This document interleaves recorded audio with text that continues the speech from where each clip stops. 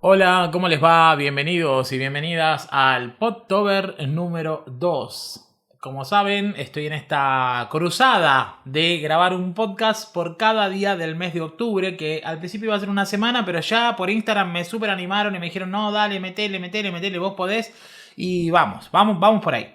En el día de hoy vamos a hablar acerca de la ruta de aprendizaje para una persona que quiera hacer frontend en 2023-2024, ¿no? Porque ya estamos en el último trimestre de 2023.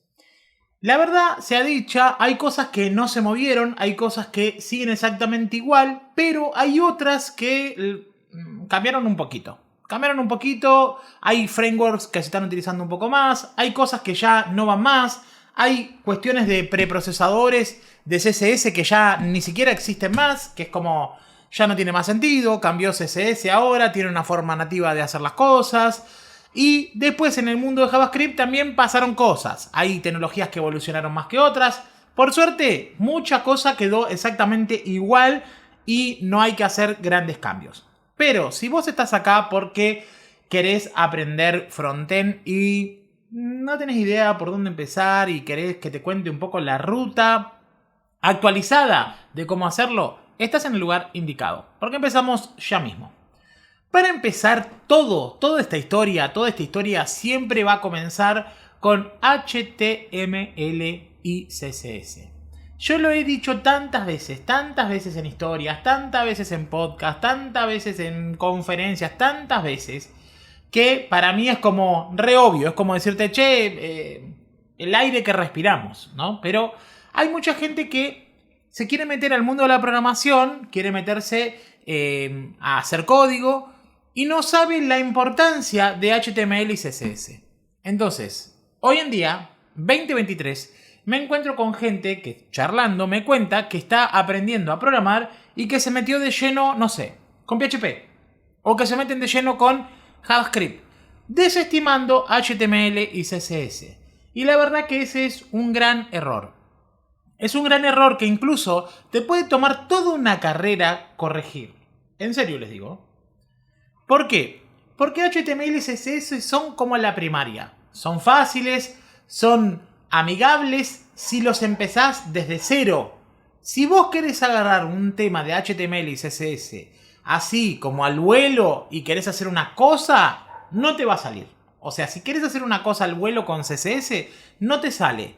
Para poder hacer las cosas hay que seguir una serie de pasos, como todo en la vida. Entonces, cuando vos iniciás tu carrera de programador o programadora, si sabés que querés meterte al mundo web o mobile, tenés que sí o sí aprender bien HTML y CSS. Absolutamente todo lo que vemos en el navegador es HTML y CSS. Por detrás puede haber un JavaScript, puede haber un PHP, puede haber un Python, puede haber un montón de cosas, pero lo que ve el usuario, lo que le llega al usuario al navegador es única y enteramente HTML. Entonces, sí o sí hay que aprender las bases de HTML. Sí o sí tenemos que repasar todos esos conceptos, todas las etiquetas. Tenemos que entender cómo funcionan los meta tags. Tenemos que entender cómo funcionan la microdata, la microinformación. Cómo funciona todo eso. ¿Por qué? Porque después, cuando ya estamos en el ruedo, cuando ya estamos programando PHP, JavaScript o algo, que vos decís, bueno, ya le estoy metiendo, soy bueno o buena en PHP o en JavaScript, lo que pasa es que si no sabes HTML y CSS de base, vas a hacer cosas que van a ser un poquito feas. Y no solo ese es el problema, sino que te va a tocar algún proyecto, modificar alguna cosa y que no sabes cómo hacerlo bien y una tarea simple te puede llevar un montón de horas. Esto es como querer subir a la autopista sin primero aprender a manejar en una calle de barrio, de tierra, sin primero aprender las primeras cosas. Sí o sí, subirse a una autopista sin hacer prácticas con un auto en una calle no transitada es completamente peligroso. Y sin embargo, al principio, cuando vos empezás, es como fácil. O sea, bueno, tenés alguna dificultad, pero una vez que arrancaste a manejar, ya estás. Ni loco te subís a una autopista de una. Esto es exactamente igual. HTML y CSS son esos pequeños pasos, esos baby steps que hay que dar sí o sí antes de meterse en la tecnología. La tecnología de lleno, antes de un lenguaje de programación como JavaScript, antes de meterse a PHP, a Python. Yo veo que hay mucha gente interesada en Python, mucha gente que me dice, Johnny, compré tu curso de Python, me quiero meter a Python y qué sé yo, bla bla, con de todo. Y yo digo, che, pero pará. Vos te compraste el curso de Python y ¿sabés HTML y CSS? Algo sé, alguna etiqueta. No, sinceramente no está tan bien hacer el enfoque de esa manera. No está tan bien, chicos y chicas. Por eso, cuando nosotros vendemos los packs en Codea Rock, ponemos, por ejemplo, HTML y Python. No ponemos Python solo. ¿Por qué? Porque vos sí o sí necesitas saber HTML, CSS. Y después Python. Y después Flask. Ahora vamos a hablar de esa ruta, ¿no? La ruta de...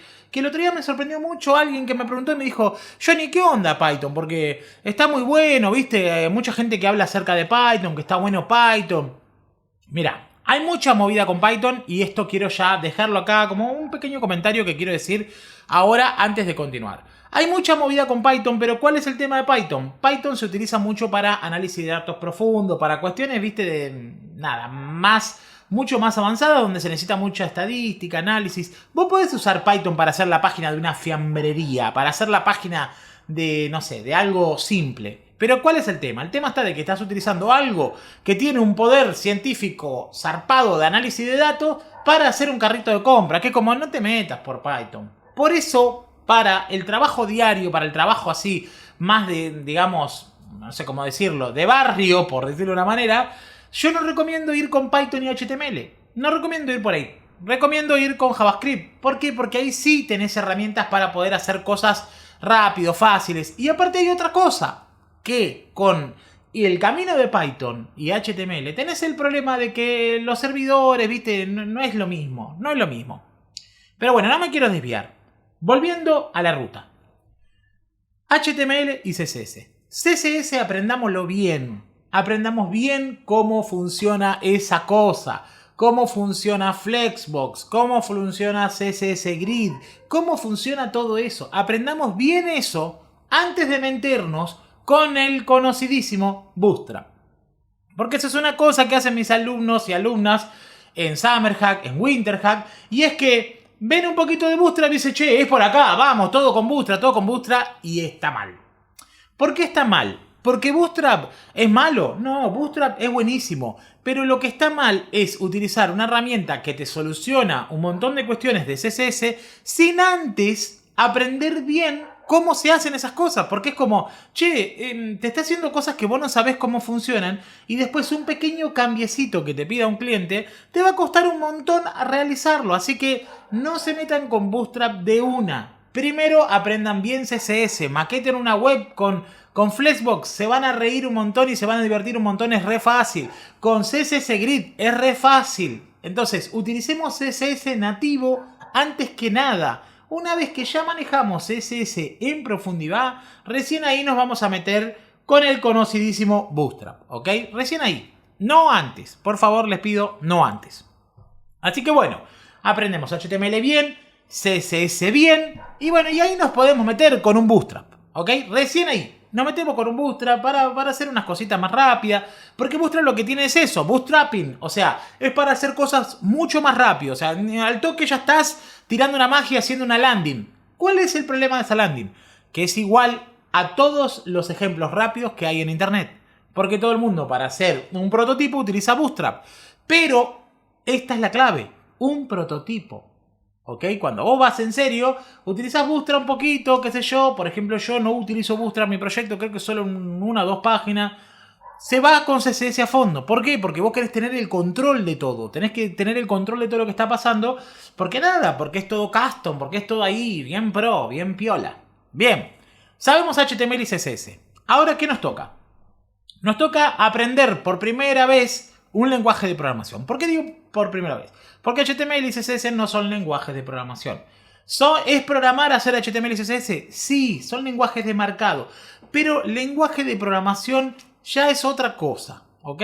Ya es otra cosa y es una discusión para otro podcast. De hecho, tengo un capítulo grabado acerca de HTML. No es un lenguaje de programación.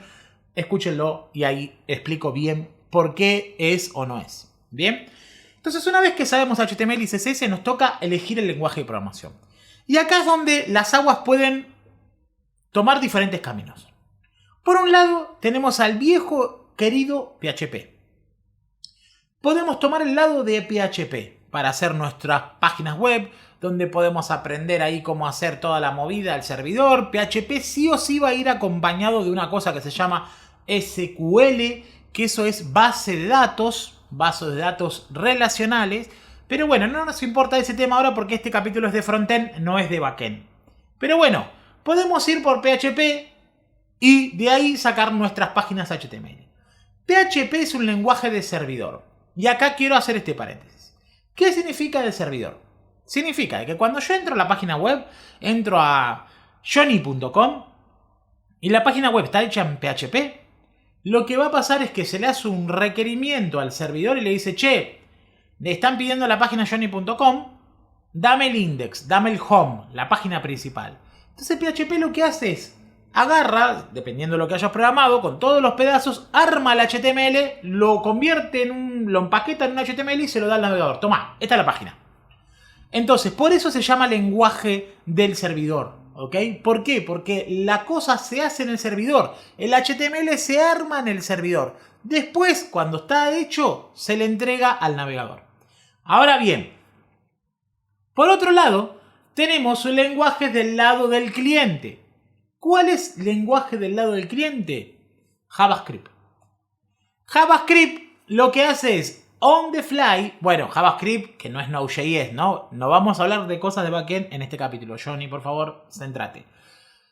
JavaScript es un lenguaje del lado del cliente. ¿Por qué? Porque lo que va a pasar pasa del lado del cliente, en el navegador del cliente, en la computadora del cliente.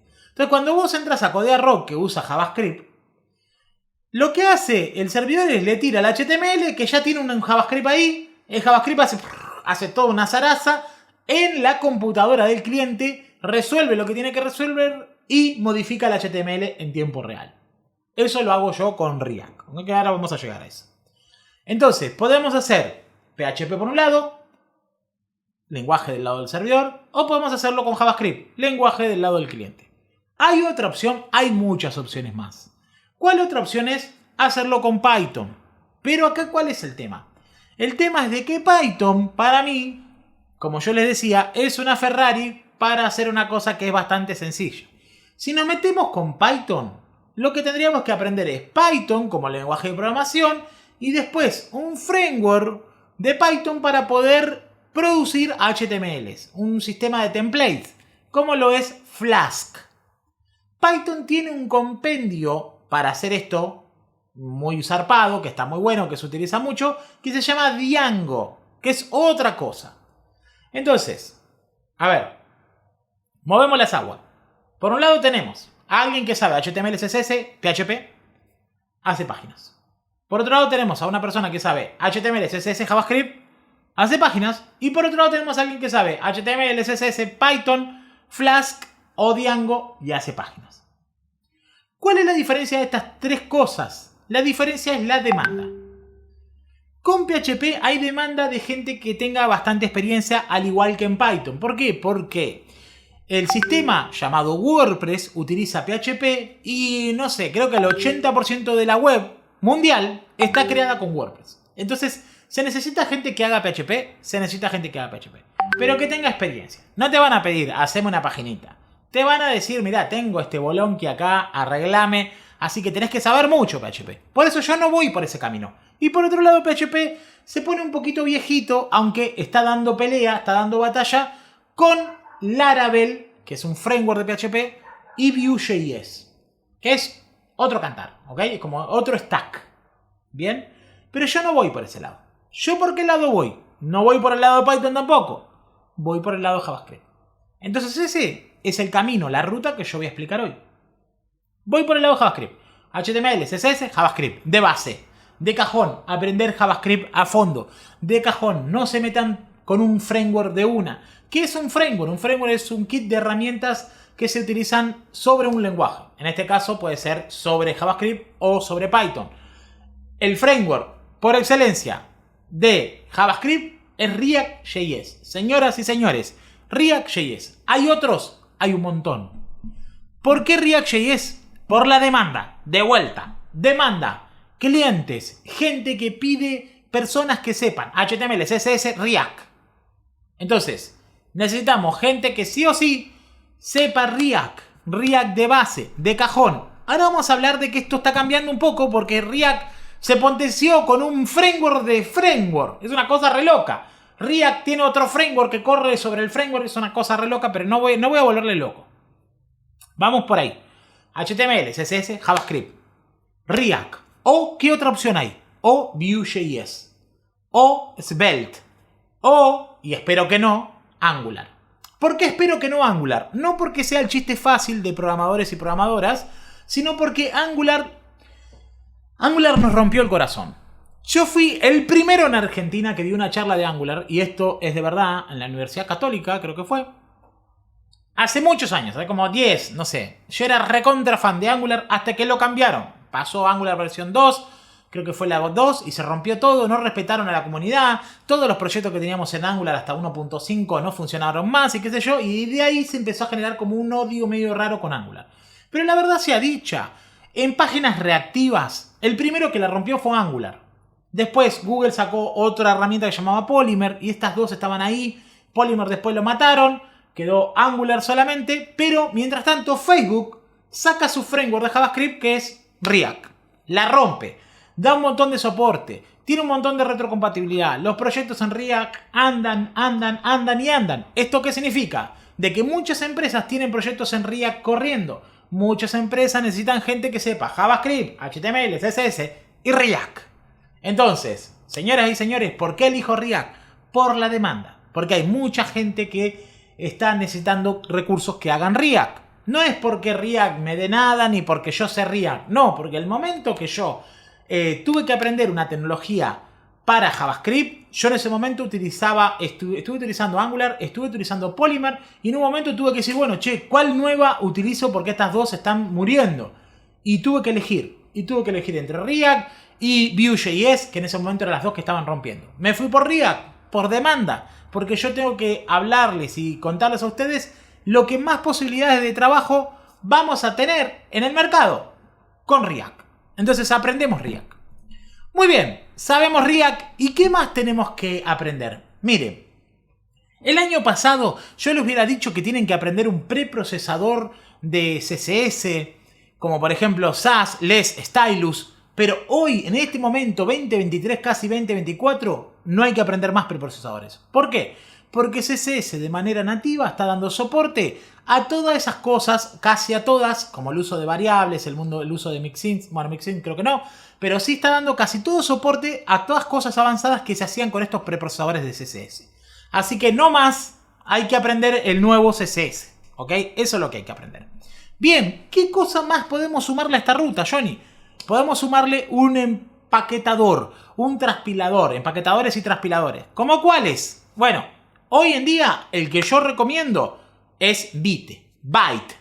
Byte es un empaquetador que es muy rápido, que está muy bueno, que sirve para trabajar y crear proyectos de una manera muy rápida.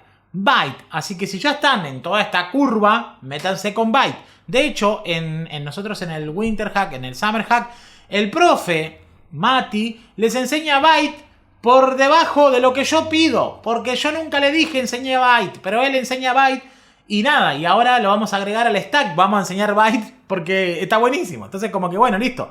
Así que hace varios programas de Summer y Winter, que es mi programa donde, mi bootcamp por decirlo de una manera, se enseña Byte, ¿ok? Bien, ¿qué más tenemos que saber? Miren, pueden aprender en el mundo de CSS, como framework de CSS, como ya les había dicho, Bootstrap, pero hay uno que está rompiendo, no sé por qué, pero está rompiendo, que se llama Tailwind CSS. Así que si quieren meterse con algún framework de CSS, métanse con Tailwind. ¿Por qué? Porque está rompiendo. Básicamente por eso. Bien, y por último, les tengo que decir una cosa más. Yo lo que agregaría hoy en día a un stack de frontend, no estoy hablando de full stack JS, frontend. De frontend, yo lo que agregaría sería Next.js. Señoras y señores, Next.js. ¿Por qué? Porque Next.js es un framework del framework React. React es un framework de JavaScript, pero ahora se hizo una herramienta parasitaria, simbiótica, que vive sobre React, que se llama Next.js, que nos permite cosas maravillosas como server-side rendering, un montón de cosas hermosas, que este capítulo no es de eso. Recuerden que voy a grabar 31 capítulos, voy a hablar de eso. Voy a hablar de server-side rendering y un poco de optimización de webs, pero no hoy, ¿ok? Entonces, para cerrar esto, Next.js, señoras y señores, pónganse a aprender Next.js. Si aprenden bien React, Next.js lo sacan al toque roque, porque utiliza React para todo. Aprendan Next.js. Bien, nada más. Creo que hasta ahí estamos. Esta es mi ruta actualizada de frontend, solo frontend, 2023/2024. Spoiler alert, esta semana, estos días, ahora que estamos en a 2 de octubre, sale mi nuevo curso de Next.js. Y no por eso, esperen, no por eso es que le digo tienen que aprender Next.js, sino que recuerden de que yo no les recomiendo cursos, no les recomiendo la ruta en base a mis cursos. Es al revés, que este es mi secreto. Mi secreto es que yo armo mis cursos en base a la ruta, ¿ok? O sea, yo no armo un curso de, no sé, por ejemplo, de Svelte. Yo no armo un curso de Svelte y digo, bueno, tienen que aprender Svelte porque ahora yo tengo un curso de Svelte. No, yo armo cursos que están requeridos en la ruta, ¿ok? Bueno, señores y señores, mañana nos vemos con un nuevo capítulo de este podcast, este Podtober. Espero que pueda llegar y que pueda hacerlo. Ahora tengo que hacer el dibujito porque cada capítulo tengo que hacer un dibujito. Y aunque ustedes no lo crean, eso me llevó a mí a hacer esto. Porque yo siempre hago el Inktober, que es un dibujo por día durante todo el mes de octubre. Y yo dije, si voy a hacer un dibujo por día durante todo el mes de octubre, ese dibujo lo uso de tapa y hago un podcast por día. Así que acá estamos. Si escuchaste hasta acá, mandame un lapicito, una pluma o algo en el dibujo del capítulo de hoy en mi cuenta de Instagram, Codea Rock. Muchas gracias, les quiero 3000. Chau, chau.